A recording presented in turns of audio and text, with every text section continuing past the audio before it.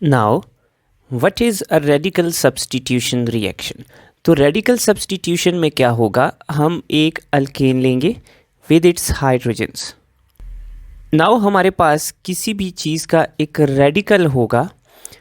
ये रेडिकल क्या करेगा, हमारे पास अल्केन्स के हाइड्रोजन को सब्स्टिट्यूट करेगा, हाइड्रोजन को बाहर निकालकर खुद उसकी जगह आकर अटैच हो जाएगा लाइक दिस, और हमारे पास रिजल्टिंग कंपाउंड फॉर्म करेगा। तो रेडिकल सब्स्टिट्यूशन में सिंपली एक रेडिकल आकर अल्केन के हाइड्रोजन को रिप्लेस करके खुद उसकी जगह अटैच होके रिजल्टेंट कंपाउंड फॉर्म करेगा। नाउ रेडिकल सब्स्टिट्यूशन की डिफरेंट टाइप्स हैं, जिनमें से 2 रिएक्शंस हम स्टडी करते हैं। The first reaction is halogenation. Halogenation का मतलब है कि हैलोजन का रेडिकल आएगा और अटैक करेगा अल्केन पे और हमारे पास प्रोडक्ट बनाएगा। सो हैलोजिनेशन रिएक्शन करवाने के लिए हम रॉ मटेरियल्स क्या लेंगे, हम रॉ मटेरियल्स लेते हैं। पहला रॉ मटेरियल है अल्केन जिसके ऊपर अटैक होना है, और दूसरा रॉ मटेरियल हमें हैलोजन चाहिए। तो कॉमनली हमें हैलोजन मिलती है X2 की फॉर्म में, like F2Cl2 Br2 and I2। तो हमारे रॉ मटेरियल्स हैं halogen and alkane. Now halogen से हमने पहले रेडिकल फॉर्म बनानी है। सो हैलोजन हमें मिलता है X2 की फॉर्म में, दोनों X का एक एक इलेक्ट्रॉन एक दूसरे के साथ बॉन्डेड है X2 मॉलिक्यूल में। नाउ हैलोजिनेशन में सबसे पहले हम क्या करते हैं, इस X2 मॉलिक्यूल को ब्रेक करते हैं। ब्रेक करने के लिए हम अल्ट्रा वायलेट लाइट प्रोवाइड करते हैं जो कि हमें सनलाइट से मिलती है। सो जब हम सनलाइट देते हैं तो हैलोजन का बॉन्ड ब्रेक हो जाता है like this, homolytic fission of this bond occurs. Now homolytic fission के रिजल्ट में एक हैलोजन अपना इलेक्ट्रॉन ले जाता है और दूसरा हैलोजन अपना इलेक्ट्रॉन ले जाता है, और दोनों का अपना अपना इलेक्ट्रॉन अनपेयर्ड हो जाता है। सो इसके रिजल्ट में हमें 2 हैलोजन के रेडिकल्स मिलते हैं। सो नाउ हमें हैलोजनेशन के लिए रेडिकल्स मिल चुके हैं, तो अब ये रिएक्शन स्टार्ट हो जाएगा। सो ये जो पहला स्टेप रिएक्शन का हुआ है जिसमें हमने रेडिकल्स जनरेट किए हैं, इस स्टेप को हम कहते हैं इनिशिएशन स्टेप। इस स्टेप से रिएक्शन स्टार्ट हुआ है, इनिशिएट हुआ है। नाउ यहाँ पर एक बात याद रखें, हैलोजन के अंदर से जो रेडिकल मिलेगा वो अल्केन पे अटैक करेगा, और अल्केन से जो हमें रेडिकल मिलेगा वो हैलोजन पे अटैक करेगा, और ये प्रोसेस चलता जाएगा। सो फर्स्ट ऑफ ऑल हमें मिला है हैलोजन के अंदर से 2 रेडिकल्स, जिसमें से एक रेडिकल को हम आखिर के लिए छोड़ेंगे और फर्स्ट रेडिकल को हम यूज़ करेंगे। सो सेकेंड स्टेप में हमारे पास हैलोजन का रेडिकल आता है और ये अटैक करता है अल्केन के एक हाइड्रोजन पे। So this is alkane. Now halogen का रेडिकल अपने इलेक्ट्रॉन को पेयर अप करने के लिए हाइड्रोजन एटम को उसके इलेक्ट्रॉन समेत ले जाता है। सो हमारे पास फॉर्म हो जाता है HX। नाउ जो अल्केन का CH3 पोर्शन था उसका इलेक्ट्रॉन अनपेयर्ड हो गया, तो ये अपने अनपेयर्ड इलेक्ट्रॉन को लेके एक रेडिकल की फॉर्म में बाहर आ जाता है।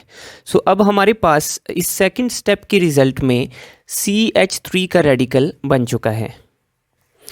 Now I have told you कि अल्केन से जो रेडिकल बनेगा वो हैलोजन पे अटैक करेगा। सो हमारे पास ये जो CH3 रेडिकल बना, ये अटैक करेगा हैलोजन के एक मॉलिक्यूल के ऊपर जो कि अभी ब्रेक नहीं हुआ।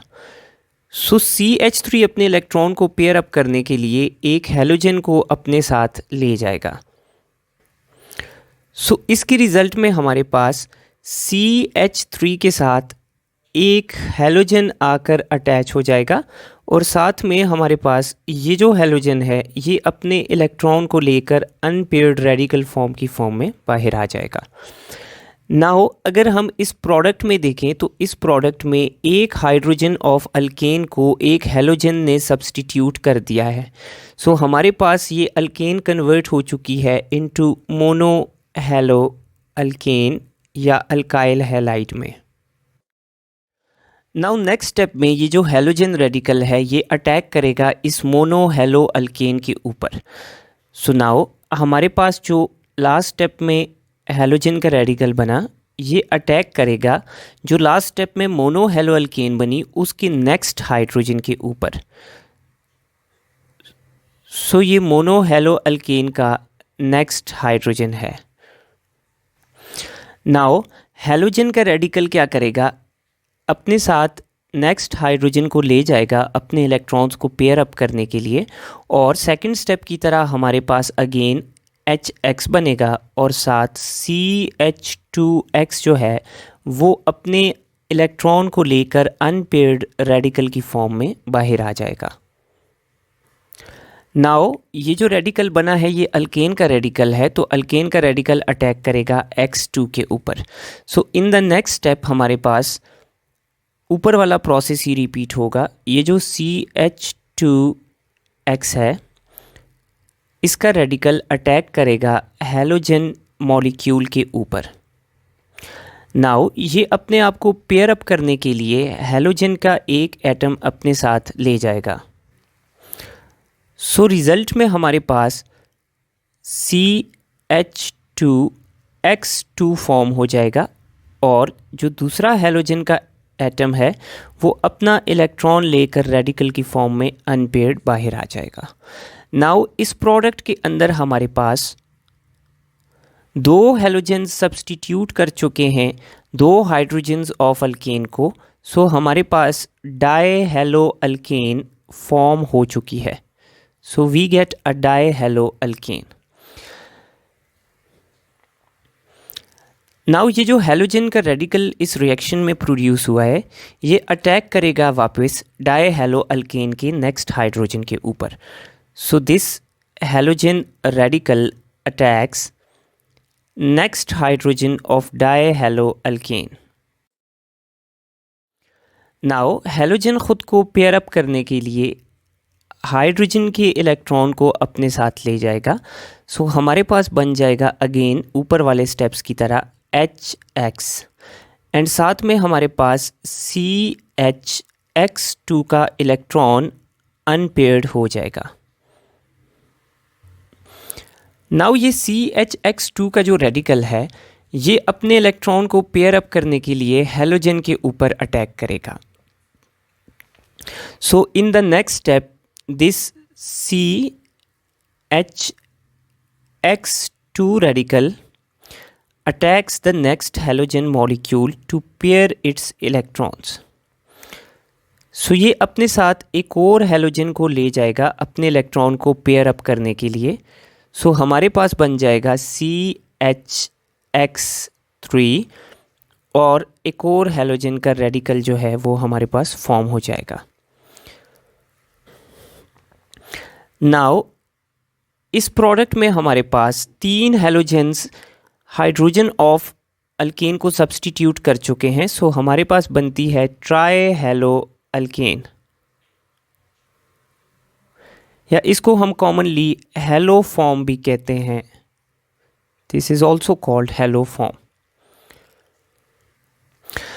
नाउ इस रिएक्शन में जो रेडिकल प्रोड्यूस हुआ है हैलोजन का वो ट्राई हेलो अल्केन की लास्ट हाइड्रोजन के ऊपर अटैक करेगा खुद को पेयर अप करने के लिए। सो ये हैलोजन का रेडिकल अटैक करेगा on the last hydrogen of alkane. Sorry, we have CX3 here. Now ये X अपने साथ इस हाइड्रोजन को ले जाएगा और हमारे पास बन जाएगा HX and then CX3 radical की फॉर्म में बाहर आ जाएगा and we will get CX3 in the form of radical. Now ये CX3 क्या करेगा, CX3 ये एक नेक्स्ट हैलोजन के मॉलिक्यूल को अटैक करेगा। So CX3 will attack the next halogen molecule. Now CX3 क्या करेगा, नेक्स्ट हैलोजन के मॉलिक्यूल में से लास्ट हैलोजन को ले जाएगा खुद को पेयर अप करने के लिए और यूं हमारे पास CX4 प्रोडक्ट बन जाएगा। नाउ CX4 में चारों के चारों हैलोजेंस ने चारों के चारों हाइड्रोजन ऑफ अल्केन को सब्स्टिट्यूट कर दिया है और हमारे पास बन चुकी है टेट्रा हेलो अल्केन। और यहाँ पर ये X सेपरेट हो जाएगा अपने इलेक्ट्रॉन को लेके। सो this is the X radical. Now ये लास्ट में जो हमारे पास X रेडिकल बना है, इसके पास तो अल्केन में कोई चीज़ नहीं बची जिसके ऊपर ये अटैक करेगा। तो ये X रेडिकल क्या करेगा, जो शुरू में हमने एक X रेडिकल छोड़ा था दिस वन, तो ये दोनों X के रेडिकल्स एक दूसरे के साथ आकर ज्वाइन करेंगे और यूं हमारे पास X2 का मॉलिक्यूल वापस बन जाएगा और रिएक्शन टर्मिनेट हो जाएगा। नाउ इस लास्ट स्टेप में हमारे पास रेडिकल्स ख़त्म हो गए हैं, तो इस स्टेप को हम कहेंगे टर्मिनेशन। तो जिसमें रेडिकल बने थे वो इनिशिएशन था, जिसमें रेडिकल्स सारे ख़त्म हो गए उसको कहते हैं टर्मिनेशन। और बीच में हमें ये जितने स्टेप्स मिल रहे हैं ये सारे प्रोपगेशन के स्टेप्स हैं। सो रेडिकल सब्स्टिट्यूशन के हेलोजिनेशन के रिएक्शन में हमने हेलोजन का रेडिकल्स को फॉर्म किया, उन रेडिकल्स ने अटैक किया अल्केन के ऊपर और बारी बारी अल्केन के सारे हाइड्रोजन्स को सब्स्टिट्यूट कर दिया और हमारे पास हेलोजिनेटेड अल्केन्स बना दी रिजल्ट में। So this is the halogenation reaction of alkanes. This is very important for your NMD CAT. Now इसके हम पॉइंट्स देखते हैं। नाउ हेलोजिनेशन की अगर हम रिएक्टिविटी देखें तो हमारे पास हेलोजन्स में फ्लोरीन भी है, क्लोरीन भी है, ब्रोमीन भी है और आयोडीन भी है। तो अगर हम हेलोजिनेशन का रिएक्शन फ्लोरीन से करवा रहे हैं so it will be fastest, followed by chlorine, followed by bromine and followed by iodine. So fluorine की रिएक्टिविटी इस रिएक्शन में सबसे ज़्यादा है और आयोडीन की रिएक्टिविटी इस रिएक्शन में सबसे कम है। नाउ इन फैक्ट कि फ्लोरीन इतनी एक्सेसिव रिएक्ट करती है कि हमारे पास रिएक्शन फ्लोरीन का एक्सप्लोजिव हो जाता है। फ्लोरीन के रेडिकल्स का रिएक्शन एक्सप्लोजिव होता है, इसलिए यूजुअली हम लेबॉर्ट्री में फ्लोरीनेशन नहीं करते। अगर आयोडीन की बात करें तो आयोडीन इतना स्लगिशली यानी इतना स्लो रिएक्ट करती है कि हमारे पास आयोडीनेशन पे बहुत ही ज़्यादा टाइम लगता है। सो इसलिए लेबॉर्ट्री में हम आयोडीनेशन भी नहीं करते, हम यूजुअली लेबॉर्ट्री में क्लोरीनेशन या ब्रोमिनेशन करते हैं। Now next and very important point is selectivity of halogenation. Now हमारे पास हमें हमेशा मीथेन का मॉलिक्यूल ही नहीं मिलता जिस पे हेलोजिनेशन हो। हेलोजिनेशन किसी भी अल्केन के ऊपर हो सकती है। Now let's consider the following alkane. अब इस अल्केन में ये जो कार्बन हमें नज़र आ रहा है it is attached to 3 more carbons. So ये कार्बन है टर्शरी कार्बन और टर्शरी कार्बन के साथ जो हाइड्रोजन अटैच्ड है it is called tertiary hydrogen. Now ये जो हमें कार्बन इस अल्केन में नज़र आ रहा है it is attached to 2 more carbons. So ये कार्बन हमारे पास सेकेंडरी कार्बन है और इसके साथ जो हाइड्रोजन अटैच्ड है इसको हम कहते हैं सेकेंडरी हाइड्रोजन। एंड इसी तरह हमें ये जो लास्ट कार्बन नज़र आ रहा है it is attached to 1 other carbon. So ये हमारे पास क्या है, प्राइमरी कार्बन है और इसके साथ जो हाइड्रोजन अटैच्ड है this is a primary hydrogen. So now अगर हमारे पास हेलोजन का एक ही रेडिकल है सिर्फ और उसने अटैक करना है इस अल्केन के ऊपर, सो उसके पास 3 ऑप्शंस हैं। या तो वो टर्शरी हाइड्रोजन पे अटैक करेगा, या तो वो सेकेंडरी हाइड्रोजन पे अटैक करेगा, या तो वो प्राइमरी हाइड्रोजन पे अटैक करेगा। तो ऐसा मॉलिक्यूल जिसमें हमारे पास प्राइमरी, सेकेंडरी और टर्शरी तीनों किस्म के हाइड्रोजन्स हों, तो अगर हेलोजन अटैक करेगा ऐसे मॉलिक्यूल के ऊपर तो प्रेफरेबली हेलोजन सबसे पहले टर्शरी हाइड्रोजन को रिप्लेस करेगा, देन सेकेंडरी हाइड्रोजन को रिप्लेस करेगा एंड देन प्राइमरी हाइड्रोजन को रिप्लेस करेगा। नाउ इसकी वजह यह है कि एक तो टर्शरी से जो रेडिकल बनेगा वो भी स्टेबल होगा और टर्शरी कार्बन और टर्शरी हाइड्रोजन का बॉन्ड वीक होता है, उसको रिप्लेस करना आसान है। Followed by secondary, followed by primary. So अगर हमें एक क्वेश्चन आ गया कि हमारे पास एक मॉलिक्यूल है प्रोपेन, प्रोपेन के ऊपर हैलोजन के एक रेडिकल ने रिएक्ट किया, तो what will be the product? So keep in mind, propane की ये जो दो हाइड्रोजन कार्बन्स हैं दे आर प्राइमरी कार्बन्स, जबकि बीच वाला कार्बन सेकेंडरी है और इसके साथ जो हाइड्रोजन्स हैं वो भी सेकेंडरी हैं।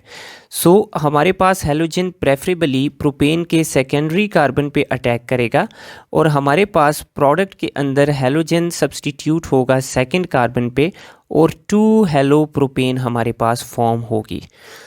सो इस तरह के क्वेश्चंस हमें यहाँ से आ सकते हैं। Now the third important point about this reaction is the major product of this reaction. Now हमारे पास इस रिएक्शन में अल्केन है और हैलोजन है, जिनकी अमाउंट डिसाइड करती है कि मेजर प्रोडक्ट कौन सा होगा। अगर हमने अल्केन भी नॉर्मल अमाउंट में ली और हैलोजन भी नॉर्मल अमाउंट में ली, जिस तरह हमने रिएक्शन में देखा, तो हमारे पास अगर ये दोनों नॉर्मल अमाउंट में हैं तो हमारे पास मोनो हेलो अल्केन भी बनेगी, डाई हेलो अल्केन भी बनेगी, ट्राई हेलो अल्केन भी बनेगी और टेट्रा हेलो अल्केन भी बनेगी। सो अगर दोनों चीज़ें नॉर्मल अमाउंट में हैं तो हमें मिलेगा मिक्सचर ऑफ प्रोडक्ट्स। नाउ अगर हम अल्केन को अमाउंट में ज़्यादा रखते हैं और हैलोजन को अमाउंट में कम रखते हैं, सो अगर हमने अल्केन ज़्यादा ले ली तो हाइड्रोजन्स का नंबर बहुत ज़्यादा हो जाएगा और हैलोजन कम ले ली तो हैलोजन कम हो जाएंगे। तो फिर हर अल्केन के सारे हाइड्रोजन्स को सब्सटीट्यूट करने की बजाय जो हैलोजन के एटम्स होंगे वो मुश्किल से अल्केन के किसी एक आध हाइड्रोजन को सब्सटीट्यूट कर सकेंगे, क्योंकि अल्केन के हाइड्रोजन बहुत ज़्यादा हैं जबकि हैलोजन्स कम हैं। तो हमारे पास जो मेजर प्रोडक्ट बनेगा इस रिएक्शन में वो होगी mono hello alkane. And now अगर हम इस रिएक्शन में अल्केन की अमाउंट को लेते हैं कम और हैलोजन की अमाउंट को लेते हैं ज़्यादा, तो अल्केन के हाइड्रोजन्स तादाद में कम पड़ जाएंगे। तो जितने हैलोजन्स हमें इतने ज़्यादा हैलोजन्स मिलेंगे इस रिएक्शन में कि ये अल्केन के जितने हाइड्रोजन्स होंगे उन सब को सब्सटीट्यूट करते जाएंगे।